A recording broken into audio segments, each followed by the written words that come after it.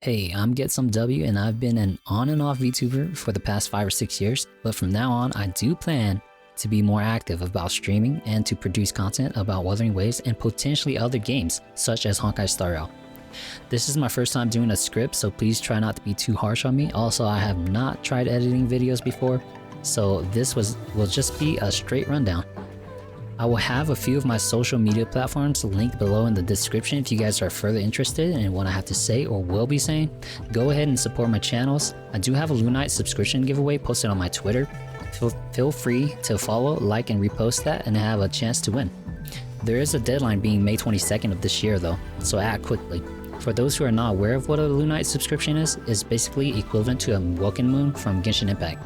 On to the point now. Today's video will be about why you should be free to play in Wuthering Waves, and not just only Wuthering Waves, but possibly other gacha games you play as well.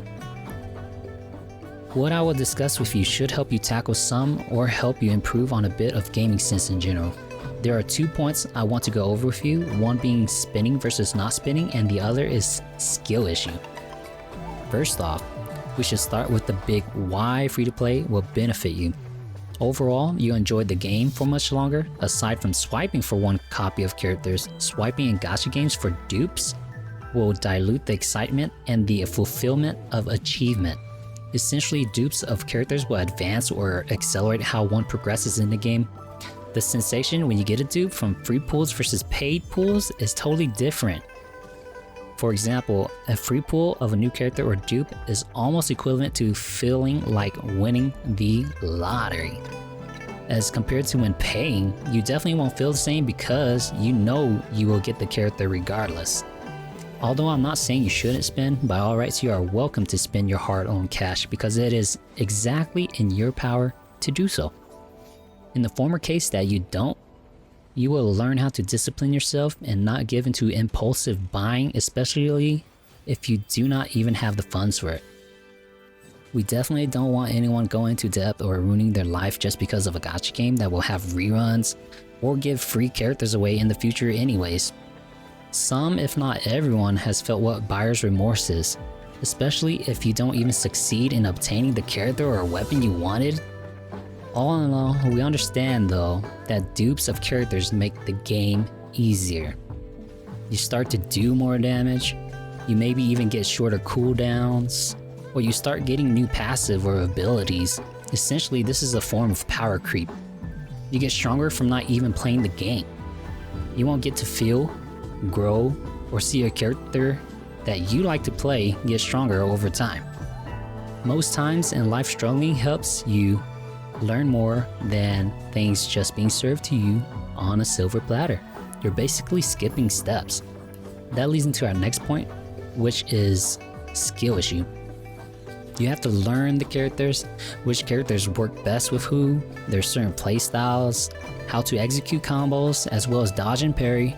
From videos so far that I've seen containing Wuthering Waves, I noticed that you have a time frame of executing different combos.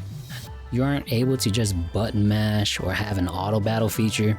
The point is you actually get to experiment and you start to understand why this and that doesn't work or didn't happen. The more time you put into learning something, the more you will start to breathe and live it. It's just like in normal everyday life. It starts giving you an opportunity to become passionate. You'll start becoming more experienced. It's like doing a group project, right? And you're in charge of a few topics to cover, but that's all you know. You don't even understand what the rest of the group members are going over, even though you guys are responsible for delivering awareness. Knowledge does not complete the meaning of wisdom. But back to the skill issue. Spending money the majority of the time will have you bypass this, and you can just brute force enemy mechanics. In the case of that happening, when a person starts to stumble, all of a sudden, without ever experiencing struggles, their appetite starts to decline, which can eventually just lead into more spinning or disappointment, quitting altogether. Therefore, I encourage free to play in Wuthering Waves because combat is mostly skill based, regardless, even if you pay to win. Feel free to express yourselves in the comments down below, and don't forget to check out my other platforms in the description below. I would appreciate it if you guys would like and subscribe. GetSome.